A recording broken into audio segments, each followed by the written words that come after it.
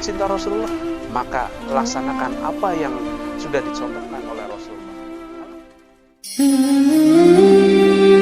Assalamualaikum warahmatullahi wabarakatuh. Adik-adikku semuanya, siswa-siswi SD Nurul Huda yang kami sayangi. Di sini kami akan menyapa adik-adik, memberikan tausiah kepada adik-adik tentang menghiasi rumah dengan Al-Quran. Banyak orang mengeluhkan tentang rumah tempat tinggalnya, walaupun rumahnya megah namun terasa sempit. Lampunya terpasang terang benderang namun justru terasa menyeramkan. Bertahun-tahun tinggal di dalamnya namun tidak pernah merasakan ketenangan. Boleh jadi adik-adikku semua yang kami sayangi, penyebabnya adalah karena gersangnya rumah tersebut dari siraman keimanan.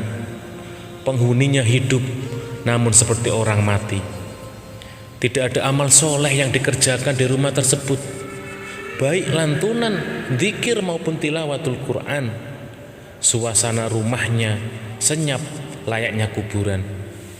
Rasulullah SAW bersabda, "Masalul baitil ladzi yudkaru wa fihi walladzi la yadhkuru wa fihi kamasalil hayyi wal mayyit." Riwayat Bukhari. Perumpamaan rumah yang disebut nama Allah di dalamnya dan rumah yang tidak disebut nama Allah di dalamnya seperti perumpamaan orang hidup dan orang mati. Hadis riwayat Bukhari. Dan juga Rasulullah bersabda, "La taj'alu buyutakum maqabira inna syaitana yanfiru minal baitil ladzi taqra'u fihi suratul Baqarah." Rawahul Muslim.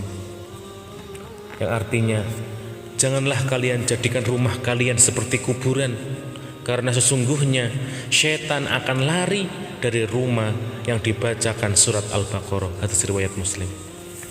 Adik-adikku semuanya yang kami sayangi, hadis di atas menjelaskan tentang cara membentengi rumah dari syaitan. Di antaranya adalah membacakan Al-Quran di dalam rumah. Karena dengan dibacakan Al-Quran, syaitan akan lari dari rumah kita, tidak betah tinggal di dalamnya, apalagi menjadikannya sebagai hunian. Rumah tampak terang benderang menurut pandangan Allah apabila di dalamnya selalu ada ayat-ayat suci Al-Quran yang dibaca penghuninya. Cahaya itu bukan berasal dari lampu mewah yang menerangi rumah, tetapi cahaya itu berasal dari setiap ayat yang dibaca, lalu dikaji dan diamalkan sehingga menjadi sinar yang menerangi hati penghuninya. Di dalam sebuah hadis diceritakan bahwa ada seorang laki-laki membaca surat Al-Kahfi, dan di dekatnya ada seekor kuda tertambat dengan tali panjang.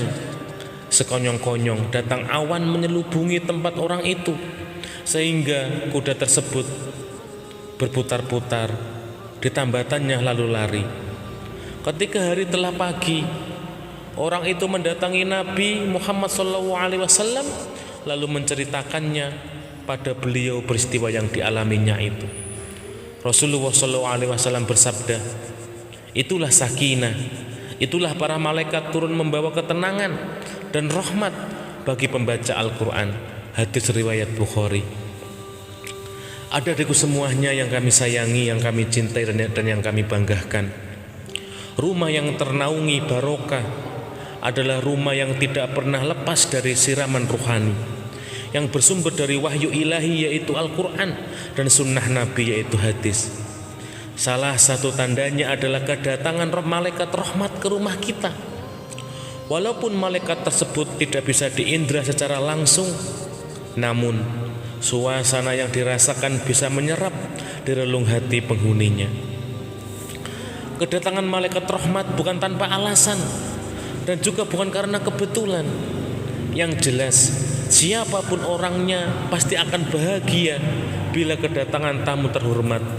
Kedatangan tamu terhormat dari kalangan manusia itu biasa. Lain halnya dari kalangan malaikat, maka ia adalah suatu keadaan yang luar biasa. Jika syaitan lari dari rumah yang dibacakan Al-Quran, maka otomatis yang hadir adalah malaikat rahmat. Bacaan Al-Quran ini tidaklah terkhusus pada surat-surat tertentu, karena seluruh ayat dan surat yang ada di dalam Al-Quran adalah baik.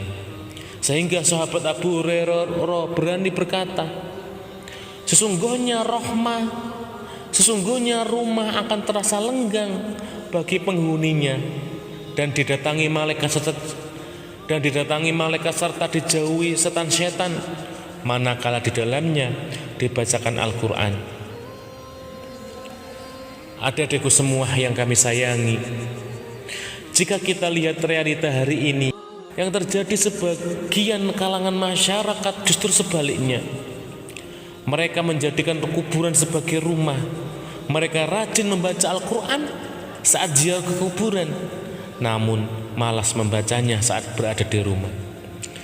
Di antara dalil yang menunjukkan terlarangnya membaca Al-Quran di kuburan adalah sabda Nabi yang diriwayatkan oleh Bukhari dan Muslim, yang artinya, kerjakanlah sholat sunnah di rumah kalian dan jangan jadikan rumah tersebut seperti kuburan. Hadis riwayat Bukhari dan Muslim. Hadis ini menunjukkan bahwa kuburan bukanlah tempat untuk sholat dan membaca Al-Quran. Para sahabat generasi terbaik umat ini, mereka adalah orang yang giat dan semangat dalam membaca Al-Quran. Mereka melakukannya di rumah-rumah mereka, terutama di malam hari. Rumah yang dihiasi oleh penghuninya dengan sholat dan Al-Quran.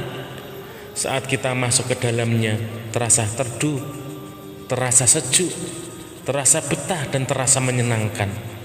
Berbeda dengan rumah yang kering dari bacaan Al-Quran, yang penghuninya bukan ahli ibadah. Meski terisi perabotan mewah dan fasilitas terlengkap, namun ketika mereka di dalamnya, suasananya gelap, hati semakin sesak dan tidak merasakan ketenangan dan ketentraman. Adik-adikku semuanya yang kami sayangi, marilah kita hiasi rumah kita dengan melantunan Al-Quran, dengan membaca Al-Quran, sholat-sholat sunnah dan amalan-amalan baik lainnya, agar malaikat rahmat datang ke rumah kita dan syaitan-syaitan lari dan tidak betah menghuni rumah kita. Dan ada beberapa hal yang dapat membuat malaikat enggan datang dan masuk ke rumah kita dan semakin membuka pintu-pintunya syaitan. Di antaranya adalah adanya gambar dan patung bernyawa di rumah kita. Rasulullah SAW bersabda, innal malaikata la tadkhulu baitan fihi tamasilu aw surah. Sungguhnya malaikat enggan masuk ke rumah yang di dalamnya terdapat patung atau gambar makhluk bernyawa. Dan berikutnya adalah adanya anjing di rumah kita. Malaikat akan enggan masuk jikalau rumah kita ada anjing. La tadkhulul malaikata baitan fihi kalbun wala surah. Rawahul Bukhari. Malaikat tidak akan masuk rumah yang terdapat anjing dan gambar di dalamnya. Hadis riwayat Bukhari. Adik-adikku semuanya yang kami sayangi, mari kita biasakan hari-hari kita, aktivitas kita, terutama pada waktu setelah maghrib dan setelah subuh, untuk tilawatul Quran, agar rumah-rumah kita didatangi oleh para malaikat rahmat, agar penghuni rumah kita itu menjadi orang yang tenang, orang yang terasa betah, terasa nyaman karena malaikat rahmat di dalam rumah kita. Itu aja dari kami dan kami akhiri. Wassalamualaikum warahmatullahi wabarakatuh.